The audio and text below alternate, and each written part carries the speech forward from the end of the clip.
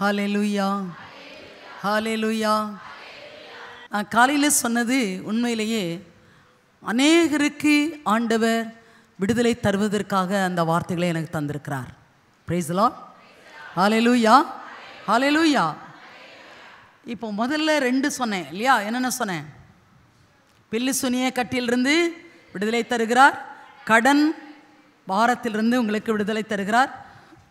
அதற்கு இறை வார்த்தை சொன்னேன் இல்லையாமா? 57. இன்னொன்று 54:4. ஏசாயா 54:4. யார் எடுத்தீங்கன்னா டக்குன்னு வாசிங்க. 5, நீ அவமானத்திற்கு உள்ளாக மாட்டாய். Praise the Lord. ஹல்லேலூயா. நானா சொன்னேன்? ஆண்டவர் சொல்றாரு. 5, நீ அவமானத்திற்குள்ளாக மாட்டாய். வெக்கி நாணாதே, இனி நீ இழிவாக நடத்தப்பட மாட்டாய். ஆமென், ஆமென். கொஞ்சம் பக்கத்தில் இருக்கவங்கள பார்த்து அதை சொல்லுங்க, ஊர்ஜிதப்படுத்துங்க. என்ன சொல்றீங்க? நீ அவமானத்திற்கு உள்ளாக மாட்டாய், நீ வெட்கி நாணாதே, நீ வெட்கப்பட மாட்டாய். அன்புக்குரியவர்களே, உன்னை அவமானத்திற்கு உள்ளாக்க மாட்டார் ஆண்டவர். அதான், நீனும் அவமானப்பட மாட்டாய். சரியா? Price the Lord. கடன் பாரத்தால் என்னை அப்படியெல்லாம் சொல்லுவாங்களே, நோ, இனி ஆண்டவர் அதை உட்படுத்த மாட்டார். Praise the Lord. Hallelujah, hallelujah, hallelujah. ஆண்டவர் கொடுத்த வாக்கு அதுதான் மக்களே. அதே போல செப்பனியா 3ஆம் அதிகாரம் 19வது இறை வார்த்தை. செப்பனியா 3ஆம் அதிகாரம் 19வது இறை வார்த்தை.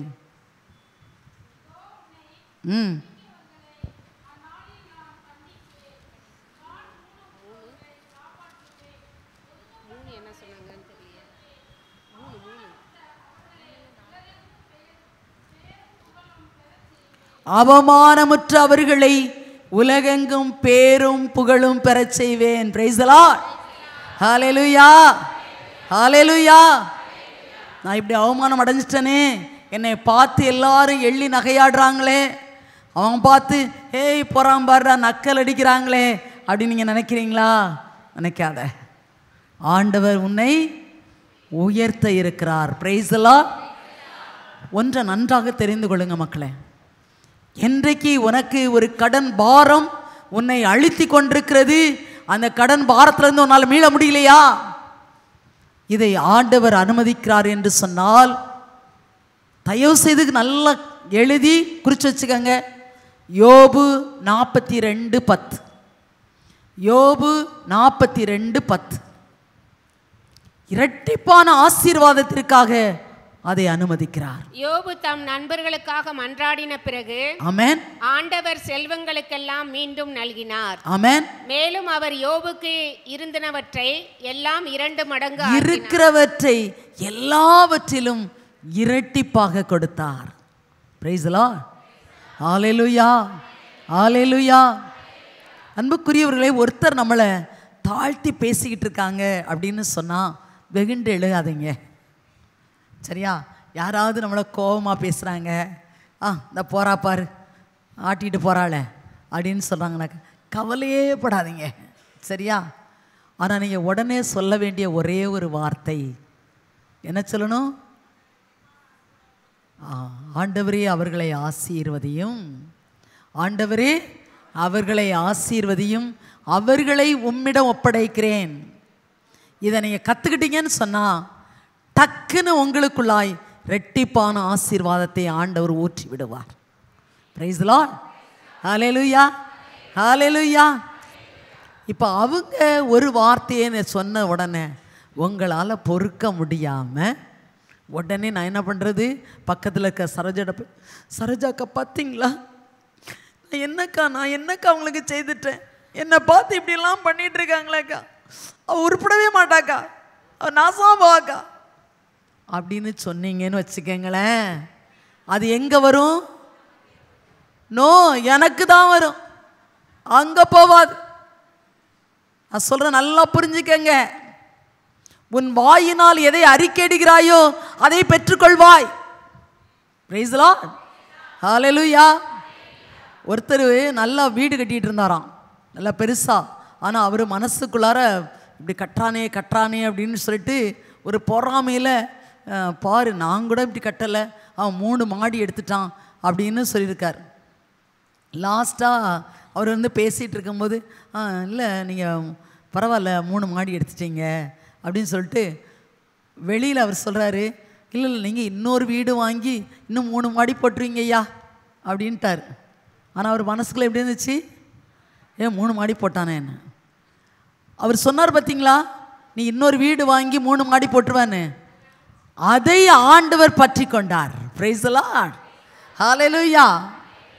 2 வருஷத்துக்குள்ளார பக்கத்தில் ஒரு லேண்ட் வாங்கி அவர் 3 மாடி கட்டிட்டார்.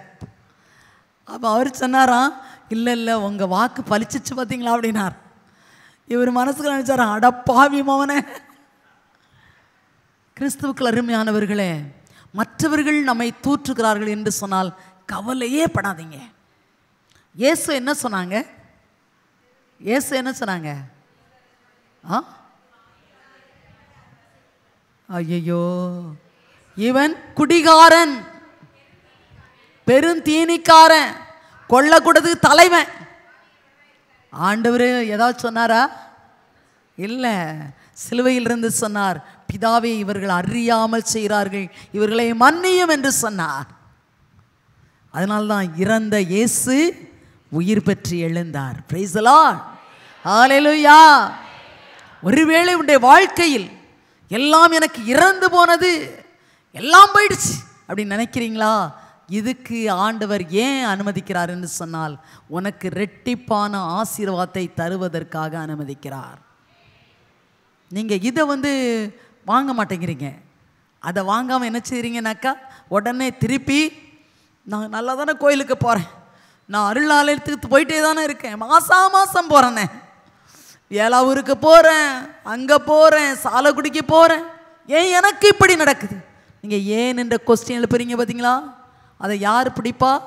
1 பேதுரு 5:8 சொல்கிறது, அவன் கர்ச்சிக்கும் சிங்கம் போல் யாரை விழுங்கலாம் என தேடி திரிகிறான். நீங்கள் என்ன சொல்கிறீங்களோ அதை லபக்குன்னு பிடிச்சிக்கிடுவான். என்ன சொன்ன? என்ன சொல்கிற? என்ன சொன்னீங்க? எனக்கு ஏன் இப்படி நடக்குது?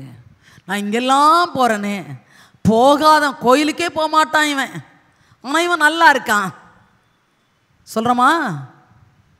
என்ன பார்க்குறீங்க, முறைக்கிறீங்க? உண்டா இல்லையா?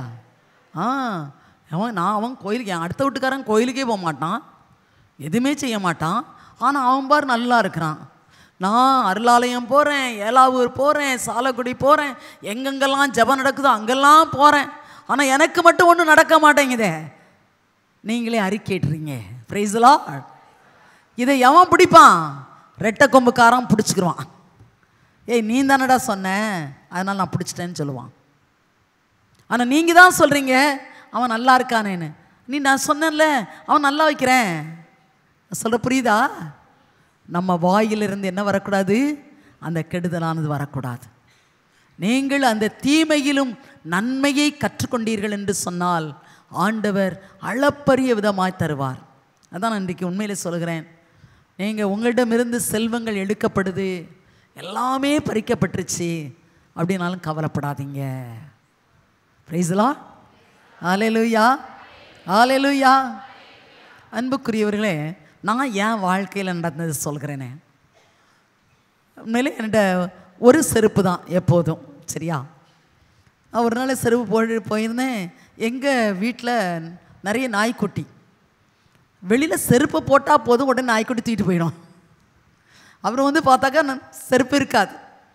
அப்புறமா பார்த்தீங்கன்னாக்கா எங்கேயாவது அந்த செருப்பை நல்லா கிழிச்சி பிச்சு போட்டுட்டு போயிடும். ஏன் செருப்பு அப்படி போயிடுச்சு. நான் வந்து சரி திரும்ப வரும்போது நடந்து வந்தேன். சரி பரவாயில்ல பாரு, எந்த நாயோ எடுத்துகிட்டு போயிடுச்சு, ஏ குட்டி அப்படின்னு சொல்லிட்டே போயிட்டேன். அன்புக்குரியவர்களே, நான் ரூமுக்கு போயிட்டு வெளியில் வாரேன், எனக்கு 2 செருப்பு காத்திருந்தது. பிரைஸ் தி லார்ட், ஹல்லேலூயா. எங்கள் சிஸ்டர் ஒருத்தவங்க பார்த்துருக்காங்க, என் செருப்பை நாய் தூக்கிட்டு போனதை பார்த்துட்டாங்க. உடனே அவங்க வாங்கியிருந்த புது செருப்பை கொண்டு எனக்கு ரூம்கிட்ட வெளியில் வச்சுட்டு சொல்கிறாங்க, ஏய் உன் செருப்பை நாய் தூக்கிட்டு போயிட்டு உனக்கு செருப்பை கொண்டு வச்சுருக்கேன்.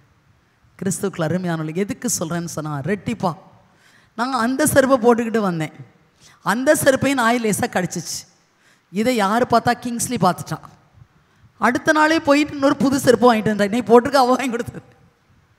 எதுக்கு சொல்கிறேன்னு சொன்னால், கிறிஸ்துவுக்குள் அருமையானவர்களே, சில்லி மேட்டராக இருக்கலாம், சிறிய காரியங்களாக இருக்கலாம், ஆண்டவரை நம்பி போயிட்டே இருந்தோன்னு சொன்னால் அவர் ரெட்டிப்பான ஆசீர்வாதத்தை நமக்கு தருகிறார். ரெட்டிப்பான ஆசீர்வாதம்.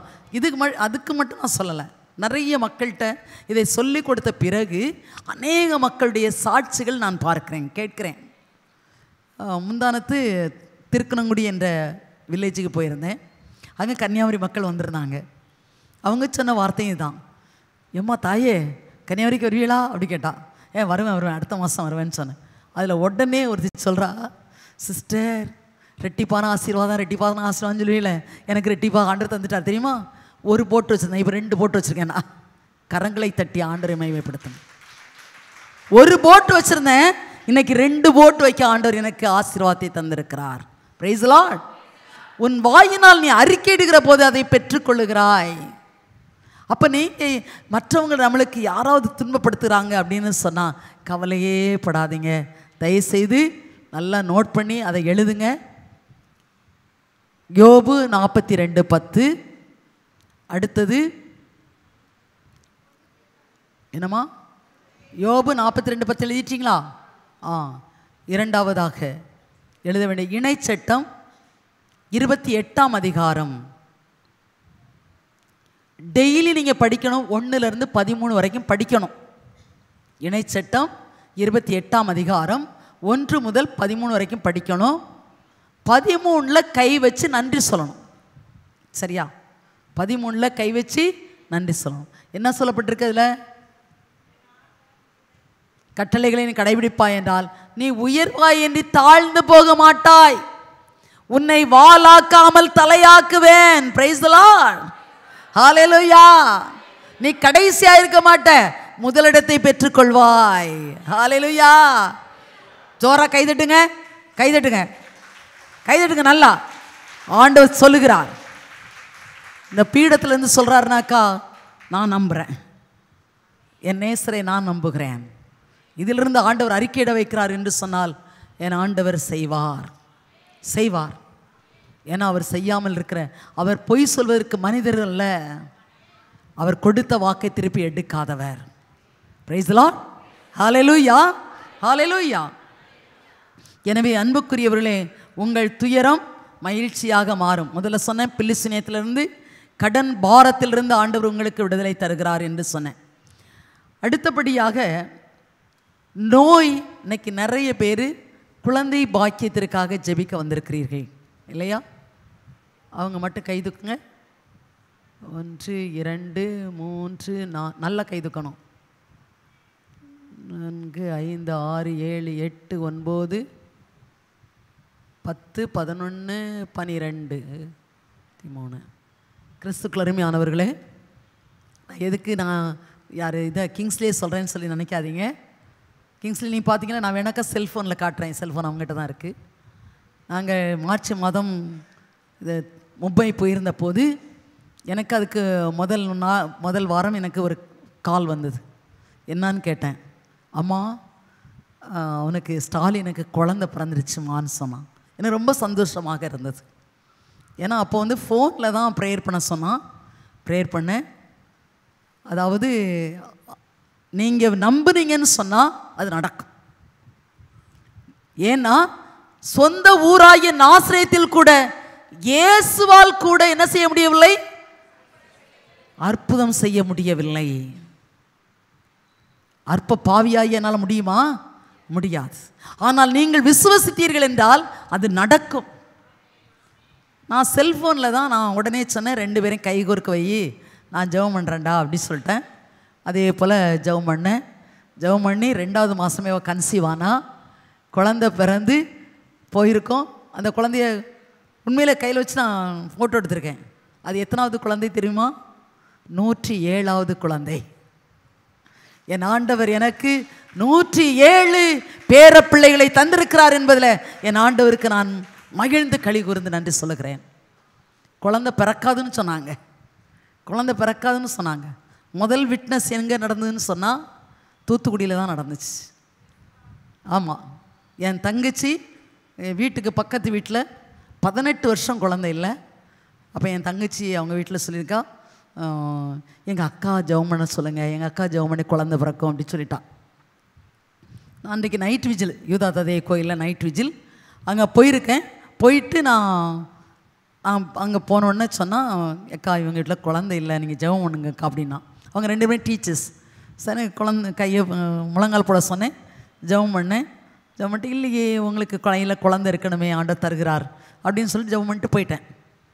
அதே போல் 3வது மாதம் அந்த பொண்ணு கன்சீவ் ஆகி வருஷத்துக்கு ஒரு தடவை தான் அங்கே யூதா ததே கோயிலுக்கு போகிறேன். நெக்ஸ்ட் இயர் அங்கே போகிறேன். அவங்க அப்பா வந்து நிற்காங்க, தாத்தா வந்துட்டு, ஏம்மா தங்கச்சி ஏதாவது சொன்னாலான்னு கேட்டாங்க. இல்லை நான் வீட்டுக்கு போகலை அப்படின்னு சொல்கிறேன். அவர் சொன்னார், பேத்தி பிறந்திருக்காம்மா, அதை சொல்கிறதுக்கு தான், அதை சொல்லியிருப்பான்னு நினச்சேன்னு சொன்னார். கிறிஸ்துக்கள் அருமையானவர்களே, நான் வந்தேன். அதுக்கப்புறம் அந்த குழந்தையும் பார்த்து ஜெபம் பண்ணிட்டு வந்துட்டேன். என் தங்கச்சி கூட வேலை பார்க்குற ஒரு ப்ரொஃபஸர், விஓசி காலேஜில் ப்ரொஃபஸராக இருந்தால், அவங்க கூட வேலை பார்க்குற ஒருத்தவங்க, அவங்க சிஎஸ்ஐ. அப்போ அவங்களுக்கு 17 வருஷம் குழந்தை இல்லை. அப்போ அவங்க சொல்லியிருக்காங்க, எப்படி நாங்கள் டெஸ்ட் டியூப் பேபிக்கு போகிறோம் அப்படின்னு சொல்லி. அப்போ என் தங்கச்சி சொல்லியிருக்கா, இல்லை 18 வருஷம் குழந்தை இல்லாமல் இருந்து எங்கள் அக்கா ஜெபம் பண்ணாங்க, குழந்தை கிடச்சிருச்சு, நீங்கள் வாங்க அப்படின்னு அவள் கூட்டிகிட்டு வந்தா. அப்போ அந்த மாதம் அவங்கள்ட்ட ஜெபம் பண்ணிவிட்டு இதை ஆண்டவர் வார்த்தையை தந்தார். நான் சொன்னேன், டெஸ்ட் டியூப் பேபிக்கு நீங்கள் சிஎஸ்ஐ அது எப்படி போவீங்க? இது பாவம். டெஸ்ட் டியூப் பேபிக்கு போகிறது பாவம். இன்னொன்று வேறு கருத்தடை சாதனங்களை பயன்படுத்துவது பாவம், கொலை குற்றம் என்று சொன்னேன். சொல்லிவிட்டு முழங்கால் போட சொன்னேன், ஜெபம் பண்ணிவிட்டு 2 அரசராகமம் 4ஆம் அதிகாரம் 15-16 இறை வார்த்தை. 2 அரசர் 4ஆம் அதிகாரம் 15-16 இறை வார்த்தை. இதை படிங்க இல்லைங்க, இதை படிங்க அப்படின்னு சொல்லிட்டு ஏசாயா 66ஆம் அதிகாரம் 9வது இறை வார்த்தை. ஏசாயா 66ஆம் அதிகாரம் 9வது இறை வார்த்தை. இது 2ஐயும் நீங்கள் டெய்லி படித்து நன்றி சொல்லுங்கள் அப்படின்னு சொல்லி ஜெபம் பண்ணி அனுப்பிட்டேன். அன்புக்குரியவர்களே, 2வது மாதம் அந்த அம்மா கன்சீவ் ஆச்சாங்க. கன்சீவ் ஆனதுக்கு பிறகு ஒரே ஃபோன். அதுக்கப்புறமா குழந்தை நார்மல் டெலிவரி, குழந்தை பிறந்தது. அந்த குழந்தைக்கு யார் பேர்னா என் பேரே வச்சிட்டா, ரான்சம்னு பேர் வச்சாங்க. அந்த குழந்தை பிறந்ததும் போதும் ஒரே ஃபோன், குட்டி ரான்ஸா அப்படி பண்ணுறா, குட்டி ரான்ஸை இப்படி பண்ணுறான்னு சொல்லிகிட்டே இருப்பாங்க. நான் ஒரு நாள் தூத்துக்குடி போகும்போது குழந்தையை பார்த்தேன். கிறிஸ்துக்கள் அருமையானவர்களே, அவங்க சிஎஸ்ஐ. அப்போ நான் சொன்னேன், நீங்கள் சிஎஸ்ஐ அது எப்படி இந்த பேர் வைப்பீங்க? இது அவர் லேடி ஆஃப் ரான்சம், அலங்காரமாக தான் அதனுடைய அர்த்தம். அப்போ நீங்கள் எப்படி வைப்பீங்கன்னு? இல்லை நீங்கள் ஜெபம் பண்ணதுனால கிடச்சதுனால அந்த பேரை வச்சேன்னு சொன்னாங்க. அப்பொழுது அவர்கள் சொன்ன ஒரே வார்த்தை, ஆமாம்மா, அவ்வளோ நாள் எங்களுக்குள் நம்பிக்கை இல்லை, ஆனால் அன்று எனக்குள் நம்பிக்கை வந்தது.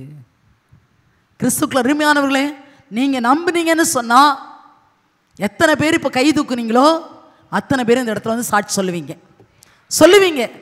ஏன்னா இது என் வார்த்தை இல்லை. அடுத்த ஆண்டு இதே நாளில் உன் கையில் குழந்தை இருக்கும். யாருக்கு சொன்னார்? என்ன வார்த்தை? யார் சொன்ன வார்த்தை?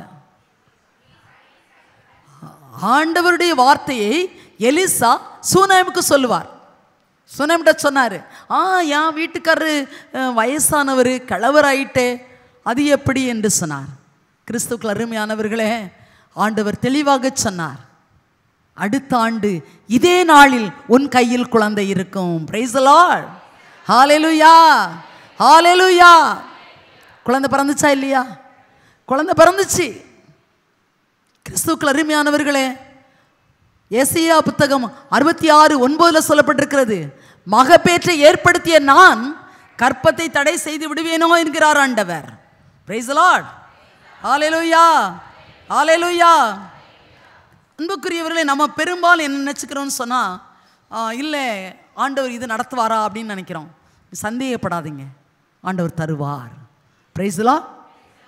நீங்கள் நிறைய பேர் இந்த குழந்தை பாக்கியத்துக்காக கரங்களை உயர்த்தி என்னன்னால சொல்லுகிறேன். நிறைய பேர் ஜீசஸ் தேங்க்யூ லார்ட், கருச்சிதைவு செய்தவர்கள் இங்கே இருக்கிறீர்கள். அது பாவம். கருச்சிதைவு பாவம். நீங்கள் நினச்சிக்கிறீங்க நான் கருச்சிதைவு செய்துட்டேன், இல்லை இந்த பிள்ளை அடுத்தாக்கலைன்னு. நான் நிறைய விட்னஸ் நான் சொல்ல முடியும் மக்களை.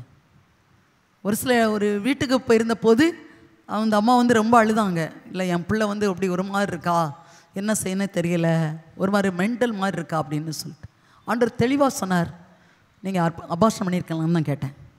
ஆமாம்மா, எத்தனை பிள்ளை? 2 பிள்ளையை அபாஷனம் பண்ணியிருக்கேன். நாங்கள் இந்த 2 பிள்ளையும் இந்த பிள்ளையை வாழ விடாது, இந்த 2 பிள்ளையும் இந்த பிள்ளையை வாழ விடாது. தயவுசெய்து சொல்கிறேன், உங்களை கையெடுத்து கும்பிடுறேன், நான் எல்லா செய்திலையும் கேட்பேன், உங்களால் வளர்க்க முடியலையா என்கிட்ட கொடுங்க, நான் வளர்த்துக்கிறேன், என்கிட்ட கொடுங்க, நான் வளர்த்துக்கிறேன். இன்றைக்கு எங்கள்கிட்ட 91 பிள்ளைகள் டெஃபண்டம், காது கேட்காது வாய் பேசாத பிள்ளைகள் இருக்கிறார்கள்.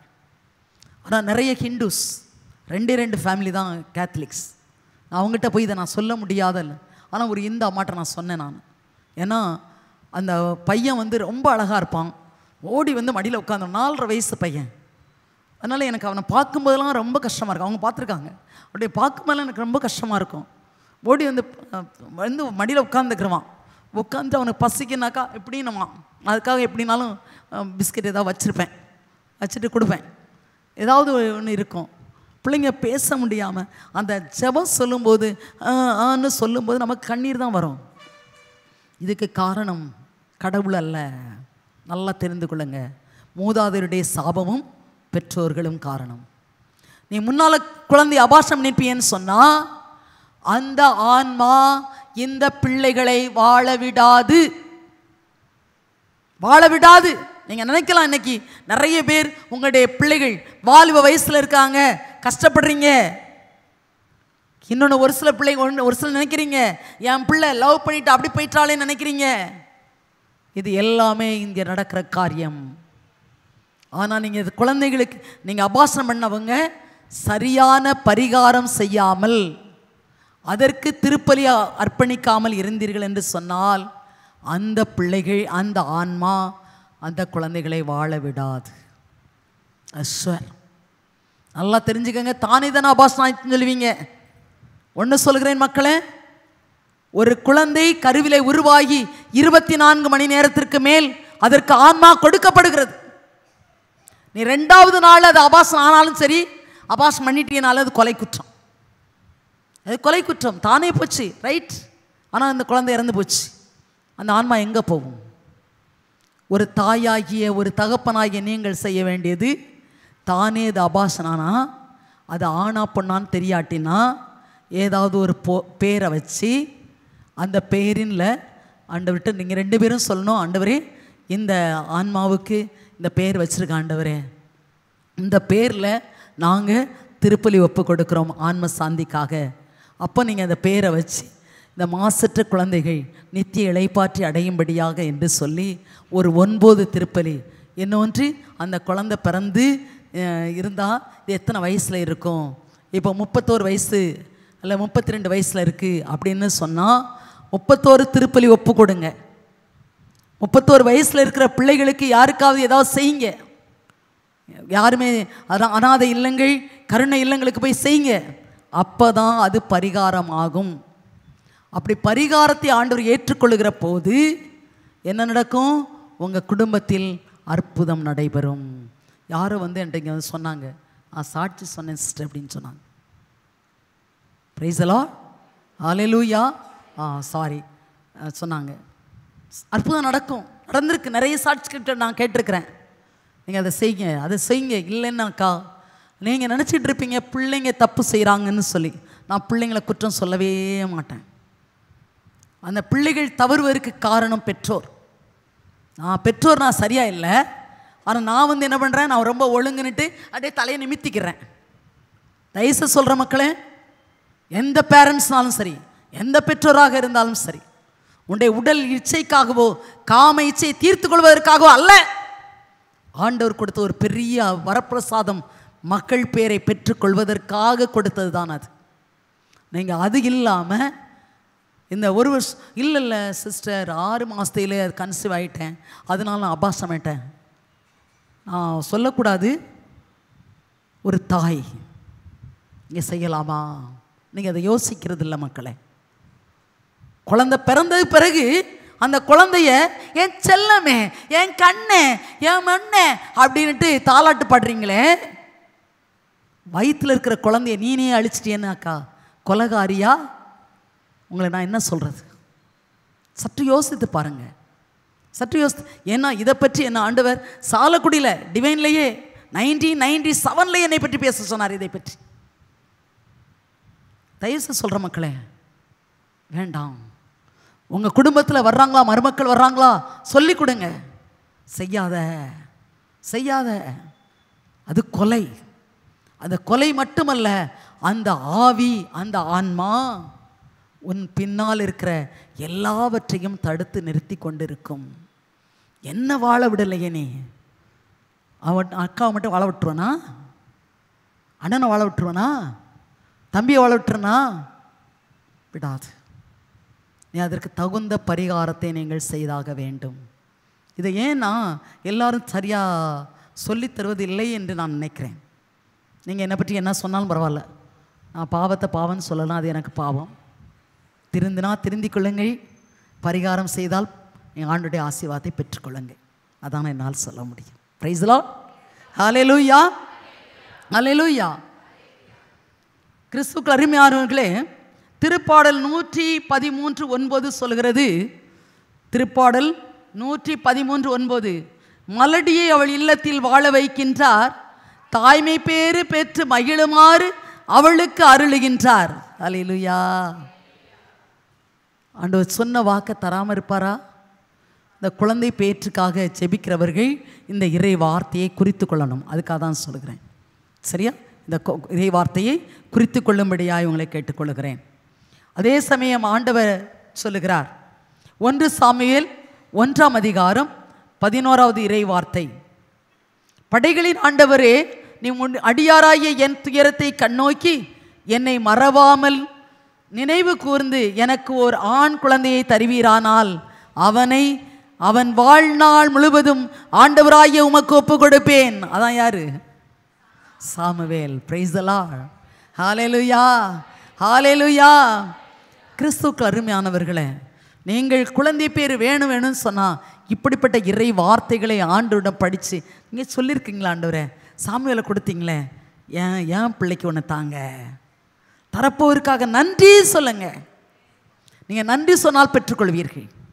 நன்றி சொன்னால் பெற்றுக்கொள்வீங்க மக்களே. தயவுசெய்து சொல்கிறேன், அந்த நீங்கள் நன்றி சொல்ல சொல்ல சொல்ல அற்புதத்தை நாம் பார்க்க முடியும். ஹல்லேலூயா, ஹல்லேலூயா, ஹல்லேலூயா. திருப்பாடல் 37:37, திருப்பாடல் 37:37, சான்றோரை பார், நேர்மையாளரை கவனி, அமைதியே நாடும் மனிதருக்கு வழி மரபினர் இருப்பர். Praise the Lord. Hallelujah, hallelujah. நமக்கு வழி மரபினர்கள், நமக்கு சந்ததிகள் இருப்பார்கள். அதுக்கு நான் என் குடும்பம் சாட்சி, என்னுடைய குடும்பம் சாட்சி. நான் இதை எதற்காக, பெருமைக்காக அல்ல, என் ஆண்டவருடைய மகிமைக்காக நான் சொல்லுகிறேன். எங்கள் அத்தை ஒரு சிஸ்டராக இருந்தாங்க. அவங்க செய்தாங்க ஜெபம். அவங்க பேரை எங்கள் அப்பா எனக்கு வச்சாங்க. கடைசியாக நான் சிஸ்டரானேன். சிஸ்டர் ஆகும்போது எங்கள் அம்மா ரொம்ப தடை செய்தார்கள். ஆனால் தடையை மீறி ஆண்டவர் என்னை அழைத்தார். அதன் பிறகு என் தங்கைக்கு ஆண்டவர் 4 குழந்தைகளை கொடுத்தார். 2 ஆண் 2 பெண். நான் சொன்னேன், ஒன்று நீ கடவுளுக்கு கொடுக்கக்கூடாதா என்று சொல்லி கேட்டேன். ஆண்டவர் அழைச்சார்னா ஓகே அக்கா அப்படி சொன்னான். 2வது பையனை ஆண்டவர் பல்லோட்டைனில் இன்னைக்கு குருவானவராகி 11வது ஆண்டு நிறைவு பெறுகிறது.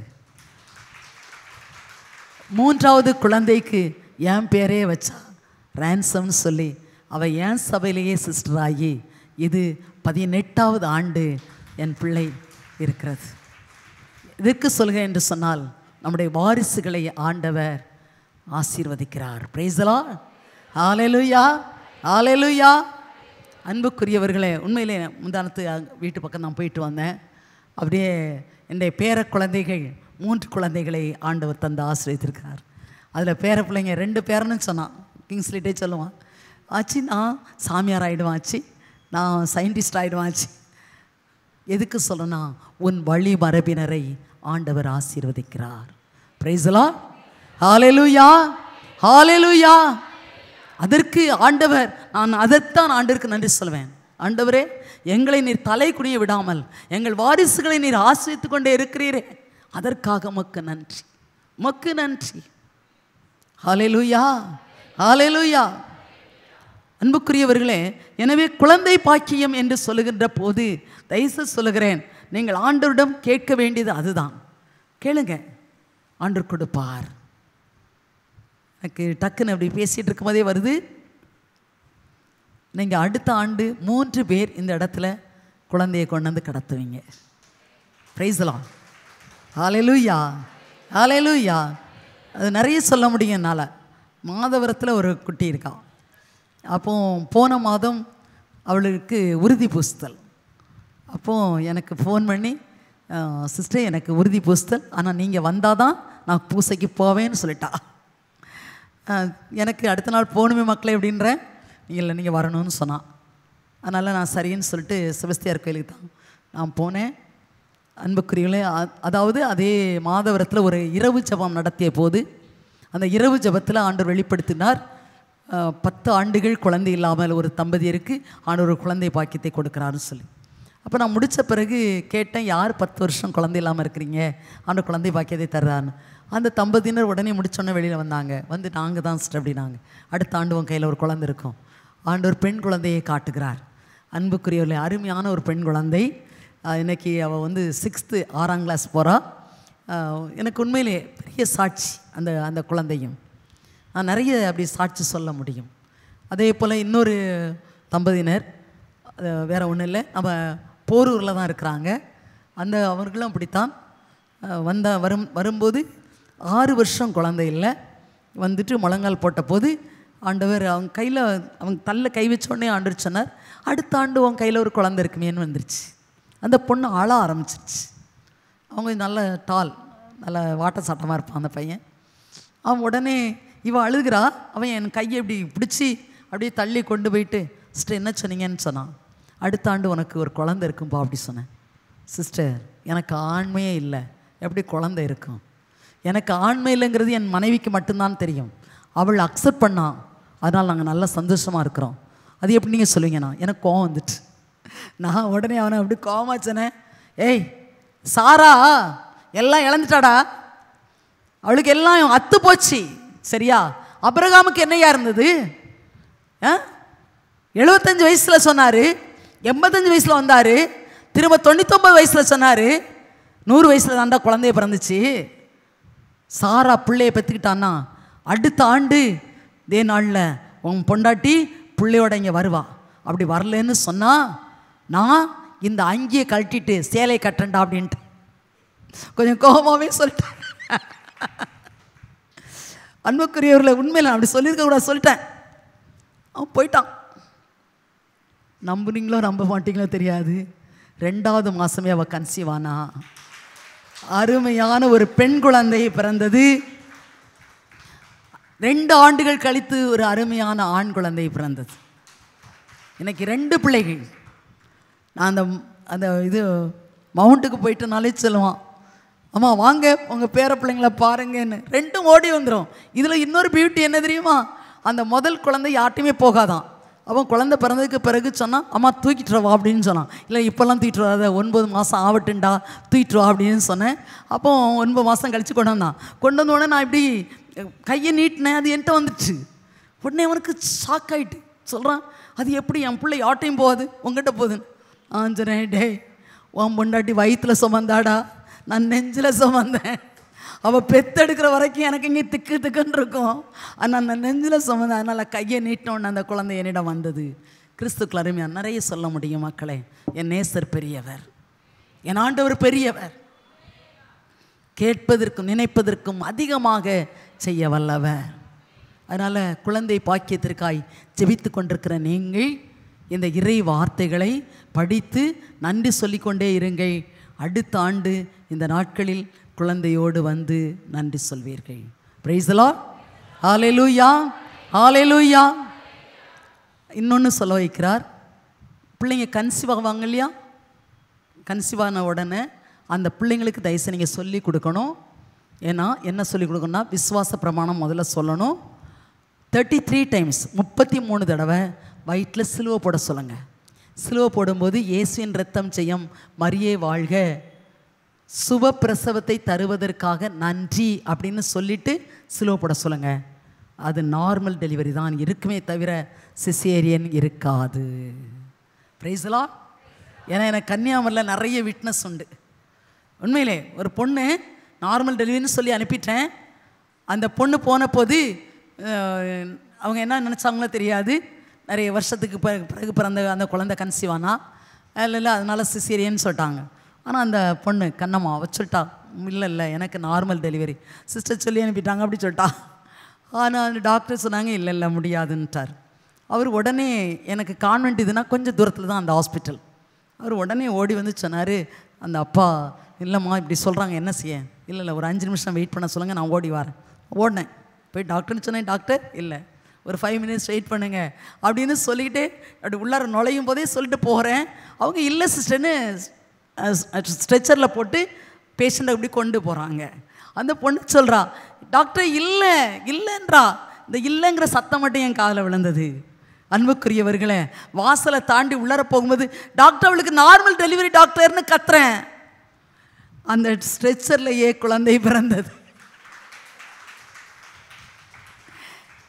கிறிஸ்துக்கள் அருமையானவர்களே, அந்த பிள்ளைகள் சொல்வார்கள், ஆமாம் வயிற்றில் 33 தடவை சிலுவை போட்டு விசுவாச பிரமாணம் சொன்னாலே நார்மல் டெலிவரி நடக்கும்.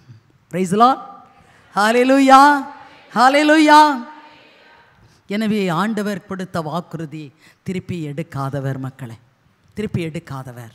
எனவே குழந்தை பாக்கியத்திற்காக செபிக்கிற தம்பதியர், அடுத்தபடியாக உங்களுக்கு நோயிலிருந்து ஆண்டவர் விடுதலை தருவதாக வாக்கு தந்தார். Price the Lord. இதுதான் என்னுடைய கடைசி செய்தி. அப்படின்னா நோய் துன்பம் அதனால நிறைய பேர் இங்கே வந்திருக்கிறீங்க, அப்படி தானே? இல்லை சிஸ்டர் எனக்கு நோயே இல்லை அப்படின்னு சொல்கிறவங்க யாராவது கையை தூக்குங்க. அதான் நான் பார்த்தேன். என் ஆண்டவர் பொய் சொல்ல மாட்டார். ஆண்டவர் சொன்னார், இந்த நோய் என்ற துயரத்திலிருந்து உனக்கு மகிழ்ச்சியை தருகிறார். Praise the Lord. Hallelujah, hallelujah. அன்புக்குரியவர்களே, ஏசாயா புத்தகம் 38ஆம் அதிகாரம் 1 முதல் 8 வரை உள்ள இறை வார்த்தையில் நாம் பார்த்தோம் என்று சொன்னால், எசேக்கியா நோய்வாய்ப்பட்டு படுத்து கிடக்கிறான் இல்லையா? அவள் படுத்து கிடந்தவன் என்ன செய்தான்? சுவர் பக்கமாக திரும்பி அழ ஆரம்பித்தான். நான் நேர்மையானவன். வாசிங்க ஏசாயா 38ஆம் அதிகாரம் 1 முதல் 8 வரை உள்ள இறை வார்த்தை. அந்நாட்களில் எசேக்கியா நோய்வாய்ப்பட்டு சாகும் நிலையில் இருந்தார். ஆமென். ஆமோச்சின் மகனான எசையா இறைவாக்கினர் அவரை காண வந்து அவரை நோக்கி, ஆண்டவர் கூறுவது இதுவே, ஆமென், நீர் உம் வீட்டு காரியத்தை ஒழுங்குபடுத்தும். வீட்டு காரியத்தை ஒழுங்குபடுத்திரு, ஏனெனில் நீர் சாக போகிறீர், நீ சாக போகிறீர், பிழைக்க மாட்டீர் என்றார். பிழைக்க மாட்டீர் என்றார். எசேக்கியா சுவர்புறம் தம் முகத்தை திருப்பிக் கொண்டு, சுவர்புறமாக தம் முகத்தை திருப்பிக் கொண்டு ஆண்டவரிடம் மன்றாடி, ஆண்டவரே நான் உம் திருமுன் உண்மை வழியில், நல்லா தெரிந்து கொள்ளுங்க, ஆண்டவரே நான் உம் திருமுன் உண்மை வழியில் நடக்கிறேன், மாசற்ற மனதுடன் நடந்து வந்ததையும், ஆமென், உம் பார்வைக்கு நலமானவற்றை செய்து, உமது பார்வைக்கு நலமானவற்றையும் செய்து நினைத்தருளும் என்று கூறி கண்ணீர் சிந்தி தேம்பி தேம்பி அழுதார். கண்ணீர் சிந்தி தேம்பி தேம்பி அழுதார். அப்போது ஆண்டவரின் வாக்கு எசையாவுக்கு அருளப்பட்டது. அந்த நேரம் நீ கண்ணீரோடு இருக்கிறியா? என் கால் வலி, என்னுடைய முட்டு வலி என்னால் தாங்க முடியல ஆண்டவரே, நீ கண்ணீரோடு ஆண்டவரை பார்க்கிறாயா? ஆண்டவர் அங்கு சொல்லுகிறார், ஏய் நீ முதல்ல கொடுத்த வார்த்தையை மாத்திடுறா அப்படின்னு சொல்றாப்புல திருப்பி சொல்லுகிறார், நீ எசேக்கியாவிடம் சென்று கூற வேண்டியது, நீ திரும்ப எசேக்கியாட்ட போய் சொல்லு, உன் தந்தை தாவீதின் கடவுளாகிய ஆண்டவர் கூறுவது இதுவே, உன் தந்தை தாவீதாகிய ஆண்டவர் கூறுவது இதுவே, உன் கண்ணீரை கண்டேன், உன் கண்ணீரை கண்டேன், இதோ நீ வாழும் காலத்தை, இதோ நீ வாழும் காலத்தை இன்னும் 15 ஆண்டு இன்னும் 15 ஆண்டுகள் மிகுதியாக்குவேன். Price the Lord. ஹalleluya, ஹalleluya. சாக போற உன் கணக்கு வழக்கெல்லாம் முடிச்சியா அப்படின்ட்டாரு. அதே இறைவாக்கினரிடம் ஆண்டவர் திரும்ப சொல்றாரு. எதனால சொன்னாரு? அப்படியே சுவர் பக்கமாக திரும்பி, ஆண்டவரே நான் மாசற்ற வழியில் தானையா நடந்தேன், நேர்மையாக தானையா நான் இருந்தேன், ஏன்யா எனக்கு அப்படின்று அழுத போது உன் கண்ணீரை கண்டேன், எனவே உன் வாழ்நாளில் இன்னும் 15 ஆண்டுகளை கூட்டி கொடுப்பேன் என்று சொன்னேன். Praise the Lord. Hallelujah, hallelujah. இதற்கும் நான் சாட்சி சொல்ல முடியும். எங்கள் அப்பா காலெல்லாம் பின்னால் வீங்கிட்டுன்னு சொல்லிட்டு எங்கள் அப்பா சொல்லிட்டாங்க எங்கள் அம்மாட்ட, நான் என் பிள்ளைய பார்க்கணும், என் பிள்ளையோடு ஒரு நாள் தங்கியிருந்து வர வேண்டும் என்று சொல்லி எங்கள் அப்பா 1993 கன்னியாகுமரிக்கு வர்றாங்க. காரில் வந்து நான் வந்து வடக்கு தெருவில் செய்தி கொடுத்துக்கிட்டு இருக்கேன். வந்து சொல்கிறாங்க, அப்பா வந்திருக்காங்க, அப்பா காரை விட்டு இறங்க மாட்டேங்கிறாங்கன்னு. நான் செய்தியெல்லாம் கொடுத்து ஜெபமெல்லாம் முடிச்சுட்டு வரேன். அப்பா இல்லைப்பா இறங்குங்கப்பா அப்படின்னேன். இல்லைத்த எனக்கு வந்து கால் வீங்கிட்டு அப்பா இனிமேல் பிழைக்க மாட்டேன், அப்பா இறந்துருவேன் அப்படி சொன்னாங்க. அப்படியே அப்பா அப்படின்னு சொல்லிட்டு எங்கள் அப்பாவை இறக்கி பார்லரில் தங்க வச்சுட்டு அம்மாட்ட சொன்னேன், அம்மா நீங்கள் போங்க, அப்பா என்னோட இருக்கட்டும், நாளைக்கு வேணால் நீங்கள் காரை அனுப்புங்கன்னு சொல்லிட்டேன். அப்பா அன்று இரவு என்னோடு தங்கியிருந்தாங்க. அப்போ எங்கள் அப்பாவுக்கு யூரின் அது போகாது, அப்படி ஒரு கஷ்டம். அப்போ அந்த நைட்டில் நான் திடீர்னு எழும்பி அப்பாவுக்கு ஒரு பணிவிடை செய்கிறாப்புல இருந்தது. எங்கள் அப்பா பார்த்து அழுகிறாங்க. நான் சொன்னேன், இல்லைப்பா அப்படின்னு படுத்தேன்.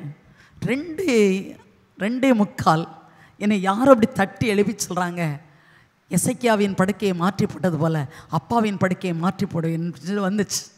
நான் உடனே எழும்பி வந்து அப்பாட்ட, அப்பா நீங்கள் சாக மாட்டீங்கப்பா அப்படி சொன்னேன். அப்போ எங்கள் அப்பா சொல்கிறாங்க, இல்லைத்த பின்கால் வீங்கிடுச்சு, நான் இறந்துருவேம்மா அப்படி சொன்னாங்க. அடுத்த நாள் நாங்கள் டாக்டர்கிட்ட கூட்டிகிட்டு போனோம். போகும்போது டாக்டர் சொல்கிறாங்க, இல்லைம்மா ஆப்ரேஷன் பண்ண முடியாது, 2ல் 1 ஆகும் அப்படி சொன்னாங்க. அதனால் அன்புக்குரியவர்களே, அவர் ஒரு மாத்திரை, அப்புறம் அப்படியே என் கண்ணிலேருந்து கண்ணீர் அப்படி அவர் டேபிள் மேலே விழுந்துச்சு. அப்போ அந்த டாக்டர் சொல்கிறார், ஃப்ரான்சிஸ்டர் நீங்கள் அழலாமா, என்ன நீங்கள் ஜெபம் பண்ணி எத்தனை பேருக்கு நல்லா இருக்குது, நீங்கள் அழுகிறீங்களே அப்படின்ட்டார். உடனே எங்கள் தாத்தா சொல்கிறாங்க, அப்பா இல்லையா அப்படின்னு சொன்னாங்க. அன்புக்குரியவர்களே, டாக்டர் 10 நாள் டேப்லெட் கொடுத்தார், ஆப்ரேஷன் செய்ய முடியாது என்று சொன்னார். 10 நாள் கொடுத்த டேப்லெட் 3 நாள் அப்புறம் கொண்டு வீட்டில் விட்டுட்டு வந்தேன். 3 நாள் சாப்பிட்டாங்க. 3ஆவது நாள் எங்கள் அம்மா ஃபோன் பண்ணி சொல்கிறாங்க, யாத்த இப்போ அப்பா நல்லா இருக்காங்கன்னு சொன்னாங்க. அதன் பிறகு எங்கள் அப்பா 7 ஆண்டுகள் உயிரோடு இருந்து 2000 தான் மரித்தார்கள். ஆண்டவர் திருப்பி கொடுத்தார் அப்பாவை. அன்புக்குரியவர்களே, ஒவ்வொன்றிற்கும் என் ஆண்டவர் சாட்சியை வைத்தார். இங்கே ஆண்டவரை மட்டும் பிடிங்க, அவரை மட்டும் பிடிங்க. அதனால் ஆண்டவர் கொடுத்த வாக்கை திருப்பி எடுக்காதவர். ஹல்லேலூயா, ஹல்லேலூயா. 2 அரசராகமம் 5ஆம் அதிகாரம் 1 முதல் 15 வயதுள்ள இறைவார்த்தையிலே நாமான் நலம் பெறுகிறான். அவனுக்கு பாருங்க ஒரு தொழுநோய், சரியா? ஆனால் அங்கே என்ன நடந்தது?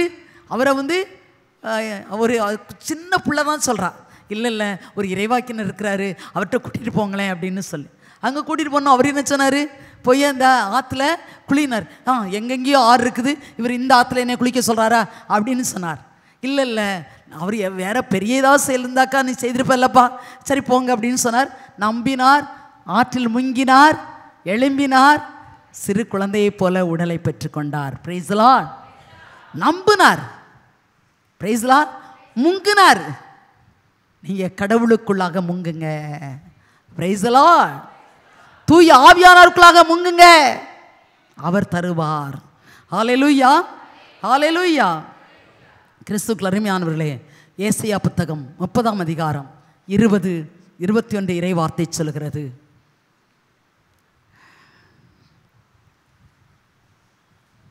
துன்பம் என் தலைவராகிய உங்கள் போதகர் உங்களுக்கு துன்பம் எனும் அப்பத்தையும் ஒடுக்குதல் எனும் நீரையும் கொடுத்திருந்தாலும் இனி தம்மை மறைத்துக் கொள்ள மாட்டார். உங்கள் போதகரை நீங்கள் கண்ணால் காண்பீர்கள். நீங்கள் வலப்புறமோ இடப்புறமோ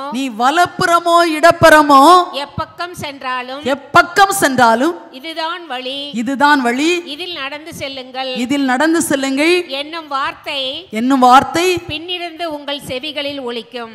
இப்பையில இருந்து உங்க காதுக்குள்ளார ஒலிக்குமா? ஆனா நிறைய பேர் என்ன செய்வோம், காதை அப்படியே அடைச்சு வச்சுக்கிறது, கேட்க விடாம. அப்புறம் எப்படி கேட்கும்? பிரைஸ்லா எப்படி கேட்குமா? நீ ஆண்டுடைய குரலுக்கு செவி சாயுங்கள். பிரைஸ் தி லார்ட், ஹல்லேலூயா. ஆனால் இன்னைக்கு நம்ம நிறைய பேர் ஒரு காரியம் செய்கிறோம் மக்களே, அதாவது ஒரு வேடிக்கையாக கோவிலுக்கு போகிறது செய்கிறது, அதைத்தான் செய்கிறமே ஒழிய ஆண்டவரோடு முற்றிலுமாய் நீங்கள் பின்னி பிணைஞ்சிச்சிங்கன்னு சொன்னால் உங்களை யாரும் பிரிக்க முடியாது. பிரைஸ் தி லார்ட், ஹல்லேலூயா. தூற்றுவோர் தூற்றட்டும், போற்றுவோர் போற்றட்டும், சரியா? புழுதி வாரி கொட்டட்டும். ஆனால் உங்கள் பார்வை யார் மேலே இருக்கணும்? ஆண்டவர் மேல் இருக்கட்டும். திரும்ப எனக்கு அது வந்து கொண்டே இருக்கிறது. நிறைய பேர் என்ன தெரியுமா, அவங்க அப்படி சொல்லிட்டாங்களே, இவங்க இப்படி சொல்லிட்டாங்களே, அந்த வார்த்தைகளுக்கு நீங்கள் ஏன் செவிமடுக்கிறீங்க? இன்னைக்கு வீட்டில் குப்பை, அந்த குப்பையை கூட்டி எங்கேயுமா கொட்டுவீங்க? வெளியில் கொட்டுவீங்களா? குப்பை தொட்டில் தானே போடுவீங்க. ஆனால் நிறைய பேர் குப்பை தொட்டிலே போடலை, என் நடு வீட்டுக்குள்ளே வச்சுக்கிட்டு இருக்கீங்க. பிரைஸ் தி லார்ட், ஹல்லேலூயா, ஹல்லேலூயா. மற்றவர்கள் உங்களை பற்றி பேசுகிறார்கள் என்றால் அது குப்பை, அதை கொண்டு போய் குப்பை தொட்டில் போடுன்றார் ஆண்டவர். நீ என்ன பண்ணுற? இங்கே வச்சுக்கிட்டு அவங்க சொன்னது ஒரு தடவை தான் சொன்னாங்க, என்ன பார்த்து சொன்ன இல்லைக்கா, என்ன பார்த்து இப்படி தாங்க சொன்னாக்கா, நீ வாழவே மாட்டாடி, நீ நாசமாக போன்னு சொல்லிட்டாக்கா அப்படின்னு. எனக்கு இதை கூட சொல்ல வராது, சிச்சி வேண்டாம். Price the Lord. ஏன் நீங்கள் சொல்லிக்கிட்டே இருக்கிறீங்க அதை? Price the Lord. அதை தூக்கி ஏன் உள்ளார வைக்கிறீங்க? உடல் என்ற ஆலயம் நன்றா தெரிந்து கொள்ளுங்க. இதை நல்லா ஏற்கனவே உங்களுக்கு 5 வேர்ட் ஆஃப் கார்டு கொடுத்துருக்கேன். அதில் இந்த வேர்ட் ஆஃப் கார்டை நீங்கள் தயவு செய்து அண்டர்லைன் பண்ணணும். 1 கொரிந்தியர் 6:19 நோய்களோடு வந்திருக்கிற நீங்கள் தயவுசெய்து சொல்கிறேன் மக்களே, எந்த வார்த்தைகளையும் உள்ளர கொண்டு போகாதீங்க. வேண்டாத வார்த்தைகளை உன் உள்ளத்துக்குள்ள கொண்டு போகாத. ஆண்டுடைய வார்த்தையை மட்டும் உள்ளர கொண்டு போ. அப்பொழுதுதான் நீங்கள் நலம் பெறுவீர்கள். பிரைஸ் தி லார்ட், ஹல்லேலூயா, ஹல்லேலூயா.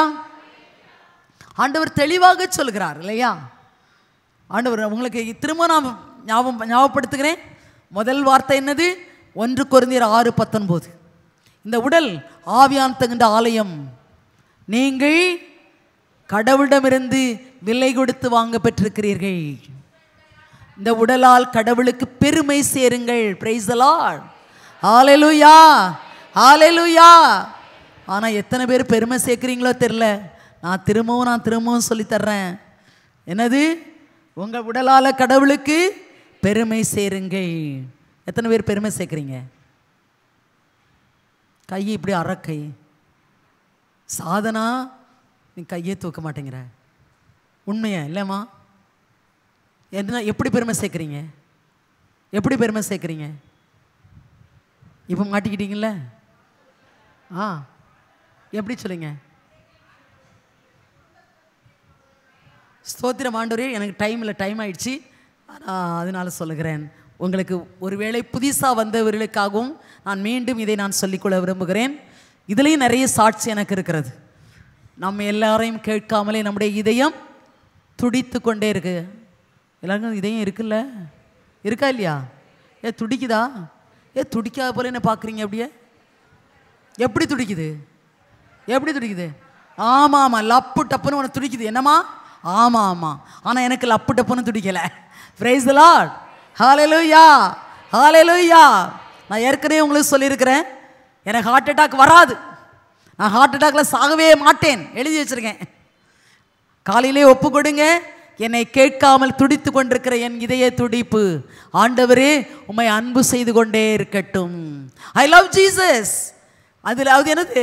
லப்பு டப்பு லப்பு டப்புன்னு இல்லை. I love Jesus, I love Jesus, I love Jesus, I love. அது ஐ லவ் சொல்லும்போது அங்கே அடைக்க போகிறது என்ன செய்யும்? என்னடா நான் அடைக்கலான்னு போகிறேன், அது அங்கே லவ்னு சொல்லுதே, அடைக்காது. Price the Lord. ஹல்லேலூயா, ஹல்லேலூயா. என்னை கேட்காமலே என்னது எனக்கு என்னது? ஆஹா, ரத்த ஓட்டம் ஓடிக்கிட்டே இருக்கா இல்லையா? இன்னைக்கு நிறைய பேர் என்னது ஹை பிபி லோ பிபி ஊதுறீங்க இல்லையா? ஹை பிபிலையும் இல்லை, லோ பிபி வேண்டாம், சரியா? நீ கையிலையும் ஊதாண்டாம், லோவிலையும் ஊதாண்டாம். அப்படின்னு ஆண்டவரே என்னுடைய இரத்த ஓட்டம் உம்மை மகிமைப்படுத்தி கொண்டே இருக்கட்டும். Glory to Jesus. என் ரத்த ஓட்டம் எப்படி போகுது? Glory to Jesus, glory to Jesus. அது ஓடிட்டே இருக்கு. அது கையிலையும் போகாது, லோவிலையும் போகாது. நம்முடைய சுவாசம் நம்மகிட்ட கேட்டால் சுவாசிக்கிறான் இல்லை, உன்னை கேட்காமல் உன் சுவாசம் கூட உன்னிடம் வந்து எடுக்க மாட்டார். அப்படி என்றால் ஆண்டவரே என் சுவாசம் உமக்கு ஆராதனை ஆகட்டும். ஐ அடோர் ஜீசஸ். அது ஆராதித்து கொண்டே இருக்கட்டும் ஆண்டவரே. நான் பேசுகிறேன், வேலை செய்கிறேன், ஆனால் என்னுடைய சுவாசம் ஆண்டவரை ஆராதித்து கொண்டே இருக்கிறது. என்னுடைய உடல் உள்ளுறுப்புகள் உமக்கு நன்றி சொல்லிக்கொண்டே இருக்கட்டும். Thank you Jesus, thank you Jesus. அது சொல்லிக்கொண்டே இருக்கும்.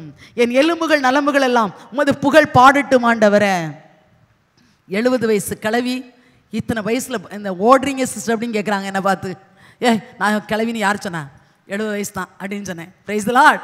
ஹல்லேலூயா, ஹல்லேலூயா.